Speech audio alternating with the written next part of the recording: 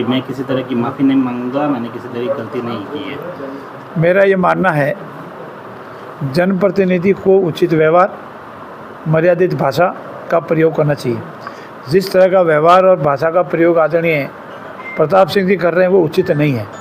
माफ़ी मांगे या नहीं मांगे उसके समय मैं नहीं कह सकता, लेकिन मैं इतना कह सकता हूँ, जिन शब्दों का प्रयोग वो हमारे लिए, माननीय उप मुख्यमंत्री महोदया के लिए या आदरणीय भैरव सिंह जी के लिए कर रहे हैं वो ठीक नहीं है। अब वो माने या नहीं माने ये उनकी मर्जी है, वो पब्लिक देख रही है। किस तरह का व्यवहार और शब्दों का प्रयोग एक जनप्रतिनिधि को, एक पूर्व मंत्री को करना चाहिए, वो उनको विचार करना चाहिए।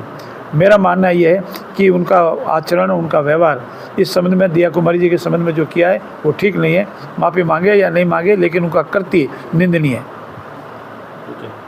सर, जिस तरह से नेशनल हेराल्ड मामले में लेकर राजस्थान से अपने जोधपुर में लगातार कांग्रेस और कांग्रेस के जो छोटे घटक हैं वो लगातार एक के बाद एक आयकर विभाग के सामने प्रदर्शन कर रहे हैं और सरकार पर आरोप लगा रहे हैं कि जानबूझकर पूरे परिवार को घेरने की कोशिश है। कांग्रेस के पास एक परिवार की पूजा पद्धति के अलावा उनके पास कुछ रहा ही नहीं। नेहरू जी से लगा करके, मोतीलाल जी से लगाकर आज दिन तक वो सिर्फ एक ही परिवार की पूजा कर रहे हैं। और हिंदुस्तान में जितने घोटाले हुए उसमें 80 से 90% कांग्रेस के खाते में जाते हैं, और जिनकी वो पैरवी कर रहे हैं वो जमानत पर हैं। अनेक बार हाईकोर्ट में नेशनल हेराल्ड को लेकर वो गए, परंतु उनके विरुद्ध जो मुकदमा दर्ज हुआ वो क्वेश नहीं हुआ, निरस्त नहीं हुआ। और लंबे इन्वेस्टिगेशन के उपरांत जांच एजेंसियों ने पाया कि इन्होंने प्रथम दृष्टया अपराध किया है। इसीलिए अगर वो न्याय व्यवस्था में विश्वास करते हो, लोकतंत्र में विश्वास करते हो, संविधान की किताब लेके घूमते हो, उसमें विश्वास करते हो, तो न्यायपालिका में विश्वास करें।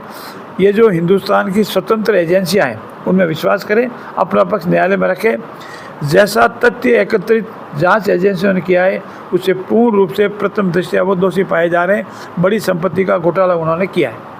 सर, एक रॉबर्ट वाड्रा का भी बयान सामने आया था। उन्होंने कहा कि अगर आप छुट्टी नहीं होती तो मैं ईडी के दफ्तर में सवालों का जवाब दे रहा होता। उनको बुलाया जा रहा है, वो सवालों के जवाब दे रहे हैं, और धीरे धीरे देखिए होता है क्या।